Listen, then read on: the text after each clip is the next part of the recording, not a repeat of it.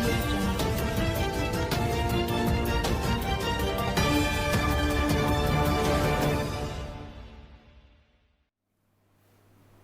नमस्कार। एक बार फिर चर्चा करते हैं पंजाब की राजनीति पर।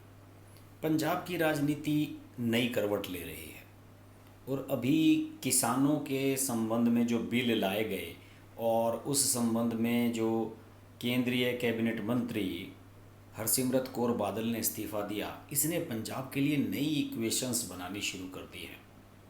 और पिछले वीडियो में मैंने इसके बारे में आपको बताया भी था कि नरेंद्र मोदी ने स्पष्ट कर दिया है कि वो किसी तरह का दबाव नहीं झेलेंगे। अगर आपको अलग होना है तो आप अलग हो सकते हैं, सरकार दबाव नहीं मानेगी।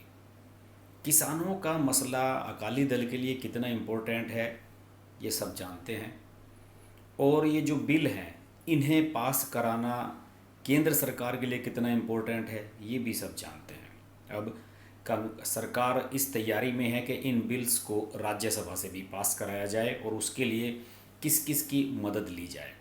यानी कि केंद्र सरकार, मोदी सरकार वक्त के साथ साथ अपने दोस्तों पर भी एक पुनर्विचार कर रही है कि कौन हमारा दोस्त है, कौन हमारा दुश्मन है, कौन हमारी सहायता करता है और कौन नहीं करता है।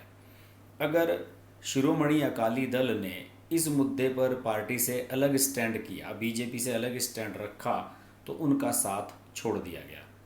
अब तो अटकलें ये तक लगाई जा रही हैं कि 2022 में जो विधानसभा चुनाव होंगे पंजाब के, शायद ये गठबंधन ना रहे बीजेपी का, जो कि लगभग 20-22 साल से चल रहा है, ये गठबंधन भी शायद टूट जाए। और इसके अलावा बीजेपी दूसरे विकल्पों पर भी विचार कर रही है। दूसरी ओर राज्यसभा से पास कराने के लिए इन बिल को एनसीपी से बात की जा रही है, जो शरद पवार की पार्टी है। यानी कि सरकार अपने हित पूरे करने के लिए अपने जो साथी हैं, अपने जो गठबंधन के मित्र हैं एनडीए के, उनमें भी बदलाव करने से पीछे नहीं हट रही है और वक्त के साथ साथ सब चीज़ें बदल रही हैं। बहरहाल बात करते हैं पंजाब की। देखिए, वीरवार को ये बिल्स लाए गए थे। नरेंद्र तोमर जो कृषि मंत्री हैं उनके द्वारा लोकसभा में इन पर चर्चा भी हुई, और उसी चर्चा के दौरान जब कांग्रेस के एक सांसद ने कहा कि शिरोमणि अकाली दल जो कि पार्टनर है बीजेपी का, वो किसानों का हित होने की बात करता है, तो चुप है। लेकिन इससे पहले कि ये जो बिट्टू हैं सांसद वहाँ के पंजाब के कांग्रेस के, इनकी स्पीच पूरी भी नहीं हुई थी कि सुखबीर सिंह बादल बीच में बोल पड़े कि हरसिमरत कौर इस्तीफ़ा देने जा रही हैं। और उसी समय हरसिमरत कौर के ट्विटर हैंडल से ट्वीट आया कि वो इस्तीफ़ा दे रही हैं केंद्रीय कैबिनेट से। ये लगभग शाम की बात थी, वीरवार की। और देखिए, रातों रात नरेंद्र मोदी ने इस पर डिसीजन लिया, राष्ट्रपति के पास गया ये, और शुक्रवार की सुबह जब तक हम लोग और आप लोग सोकर उठते, ये इस्तीफ़ा मंजूर हो चुका था। नहीं तो अगर नरेंद्र मोदी चाहते तो गठबंधन के अपने पार्टनर को समझा सकते थे, उनकी बात सुन सकते थे कि भाई आपको क्या दिक्कत है, किसानों से संबंधित जो बिल लाए जा रहे हैं इनमें बताइए आपको क्या प्रॉब्लम है, इसको निपटाया भी जा सकता है, कुछ संशोधन किया जा सकता है। लेकिन मुझे लगता है कि नरेंद्र मोदी सरकार ने यह ठान लिया था कि बस अब बहुत हो गया, हम दबाव नहीं सहेंगे।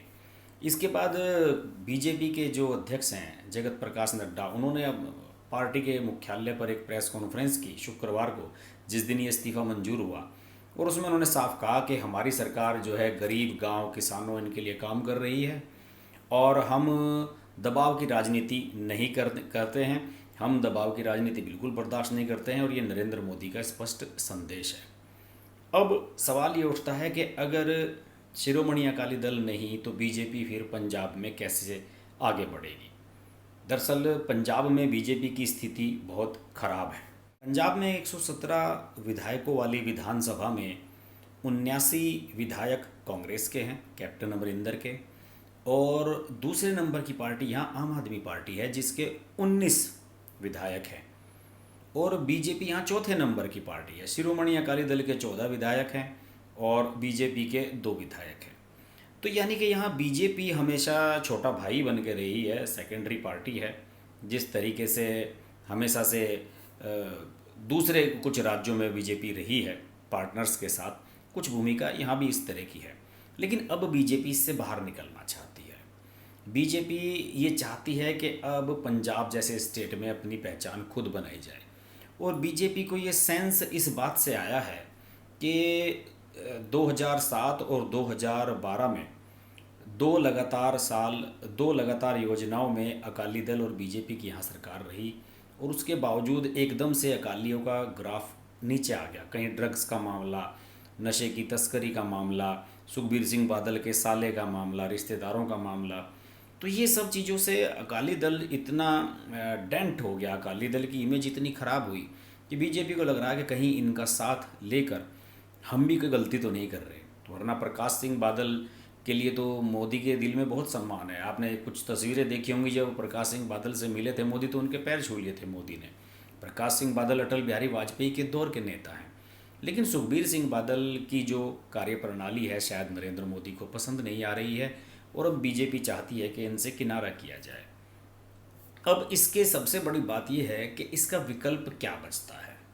इसका विकल्प, पहला विकल्प जो सामने आ रहा है वो पहला विकल्प है बागी अकाली दल के जो नेता हैं सुखदेव सिंह ढींढसा, उनकी पार्टी है शिरोमणि अकाली दल डेमोक्रेटिक। इसके साथ गठबंधन का विकल्प बीजेपी के सामने मौजूद है। सिखों में ढींढसा की भी अच्छी खासी पहचान है। इसके अलावा सबसे बड़ा ऑप्शन है नवजोत सिंह सिद्धू। नवजोत सिंह सिद्धू लंबे समय तक बीजेपी में रहे, नाराज़गी के चलते पार्टी छोड़ के कांग्रेस में शामिल हो गए। वहाँ गए तो कैप्टन अमरिंदर की सरकार में मंत्री बन गए, लेकिन इसके बावजूद भी उनका विवाद हो गया अमरिंदर सिंह से। जिस तरीके से बीजेपी के साथ रहते हुए उनकी अकालियों से नहीं बनी, सुखबीर सिंह बादल, हरसिमरत कौर बादल से कभी नहीं बनी नवजोत सिंह सिद्धू की, और इसी नाराज़गी की वजह से वो बीजेपी छोड़कर कांग्रेस में आए थे। यही स्थिति उनके सामने वहाँ हो गई कि वो उनकी कैप्टन अमरिंदर से नहीं बन रही है। वो मंत्री पद भी छोड़ चुके हैं, वहाँ पे अब मंत्री भी नहीं रहे, एक साधारण विधायक हैं। तो ऐसे में नवजोत सिंह सिद्धू को वापस बुलाना बीजेपी के लिए आसान होगा कि देखिए हमने अकालियों से पिंड छुड़ा लिया है, आप चाहें तो हमारे साथ वापस आ सकते हैं। ये एक बड़ा ऑप्शन है। नवजोत सिंह सिद्धू एक बड़ा फेस हैं, और बीजेपी का तो सबसे बड़ा फेस रहे हैं पंजाब में नवजोत सिंह सिद्धू। अगर उनकी वापसी होती है तो बीजेपी अच्छा प्रदर्शन कर सकती है, ऐसा माना जा रहा है। बहरहाल देखने वाली बात तो यही है कि क्या नवजोत सिंह सिद्धू या ढींढसा को बीजेपी विकल्प मानेगी अकाली दल का। अभी लगभग 1.5 साल का समय है पंजाब के विधानसभा चुनाव में। उससे पहले काफ़ी कुछ बदलाव होने जा रहे हैं, काफ़ी कुछ चेंजेस होने जा रहे हैं, एनडीए का स्वरूप बदलने जा रहा है। इस बारे में हम लगातार नज़र बनाए रखेंगे, पंजाब पर हमारी नज़र रहेगी। आप देखते रहिए हर्ष की बात लाइव। नमस्कार। नमस्कार दोस्तों, मैं हूँ रवीना टंडन और आप देख रहे हैं हर्ष की बात।